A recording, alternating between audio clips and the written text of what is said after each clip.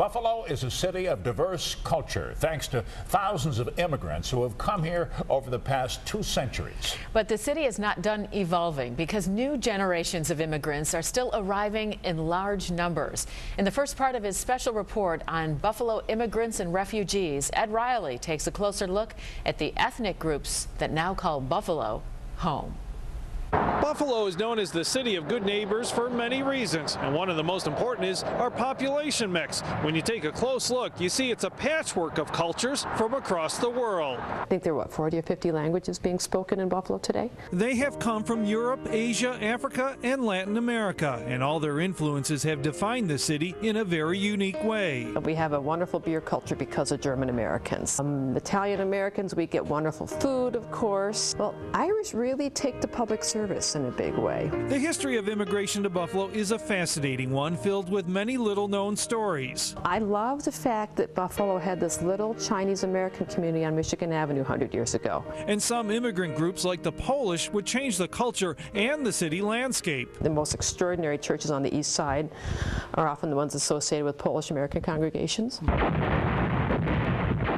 In the 19th and 20th century, famine and war forced many people from their homelands. It's people escaping for their lives in a great degree. And for people displaced from their countries, Buffalo offered hope because there was an abundance of jobs working on the Erie Canal, with the railroads, and in local industry. So the Great Migration takes place, and Buffalo's African American community expands in a big way. But the evolution of Buffalo is continuing. Over the past few decades, the Puerto Rican population has grown, and the city's lower west side is now being transformed as large numbers of refugees are being sent here by the United Nations. Buffalo has surpassed New York City, and we're now the largest recipient of international refugees in New York State. 21st century new arrivals are coming from places such as Africa, the Middle East, and Southeast Asia. Refugees from Burma now make up 1% of the city's population. Our Burmese community members have never seen snow before, have never owned closed-toed shoes, or have never had to wear a winter jacket. Modern-day refugees are now hoping to rebuild their lives in Buffalo,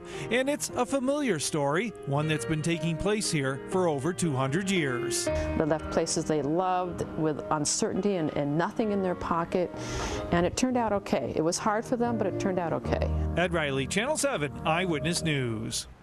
The growing immigrant population is fitting, as so much of Buffalo's history can be traced back to new Americans. That tradition began in 1825 when Erie Canal construction first began. At the time, Buffalo's population was about 2,400. In 1832, that number had grown to more than 10,000, allowing Buffalo to become a city. Much of the population growth was thanks to immigrants from Germany, Ireland, Italy, and Poland. We asked you on Facebook tonight, do you know where your family came from to Western New York? Here are some of your answers. Nancy writes in, my grandfather fled from Russia and my grandmother from Poland. They met on the run and had 11 children. Danelle saying tonight, quote, my family came to America on slave ships, and we are also credited with helping build this wonderful nation from scratch. And Angela wrote in, my father's parents came from Italy in a boat to avoid the war. Join us tomorrow night at 11. Ed Riley will continue his series on immigrants and refugees. He will introduce us to a local woman who escaped the horrors of war in Somalia, only to struggle for the next 2 decades trying to reunite her family. The city of Buffalo has now surpassed New York City as the biggest recipient of refugees in the state of New York. They come here to escape the violence in their homelands, especially for the growing Somali population right here in Buffalo. Their native land has been without a central government for more than 20 years.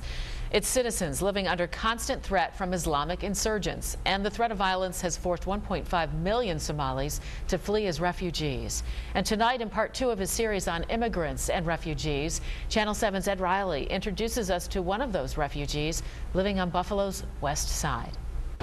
Starting a new life in a new country can be very challenging, and for refugee families, it can be absolutely devastating. That's because families can often find themselves torn apart. It is important to know that being an immigrant and being a refugee are not the same thing. Refugees are stateless individuals. They are forced to leave their home because of some reason. Khadija Abdil and her son Abdi Moose are from Somalia, and they know what it is to be refugees. Khadija requested to keep her face covered while her son told us about the family's ordeal. A war just broke out, everyone shooting. Everyone's just killing each other. In 1990, when Khadija Abdil was pregnant with her son Abdi Moose, civil war was breaking out in Somalia. Fighting spread to her village, and Khadija had only seconds to flee on a boat to Kenya. She was shot at. She had a gun wound right here that skinned her side of her face. She escaped with 3 children, but she had to leave behind 3 others and their father. Part of us was still in war, you know? In 1994, Khadija came to Buffalo as one of the first refugees from Somalia. They were featured in a newspaper article which referred to them as the family of hope. But that hope has now faded into despair because for 2 decades, Khadija has been separated from her family. She cries about it. She has depressions, anxieties. When she arrived in Buffalo, Khadija worked tirelessly to get visas for the family in Africa. They were approved in 1999. But the other children and her husband were not able to use them because after fleeing Somalia, they were arrested in Kenya for being in the country illegally. And no one heard from them for almost a year. Now Khadija has lost contact with most of her family in Africa. To this day, we don't know where my brother Ahmed is at, my father Musa, and my sister Farhia. Khadija only hears sporadically from her son, Mohammed. And that's the one we want to bring to the United States so bad because that's the only person we have left. But Mohammed has been the victim of several robberies and assaults. Most of the people be like, oh, this kid is parents are in America. This kid is worth money. Khadija is now desperately trying to get her son a new visa, but the legal process could take years. By law, we have to wait. Even though this is going on, we have to ignore it and just wait until 2017. Khadija is now a U.S. citizen, but after spending thousands on attorney fees and filing numerous documents, she spends her days praying and crying, wondering if she'll ever see the son she had to leave behind in Africa. Is it fair? Is it fair for anybody to leave their kid behind and never get the justice they deserve? I will give up hope, you know? Now I got my brother. I'm not giving up hope because I want to see my mom be happy at least one day of her life. Ed Riley, Channel 7 Eyewitness News.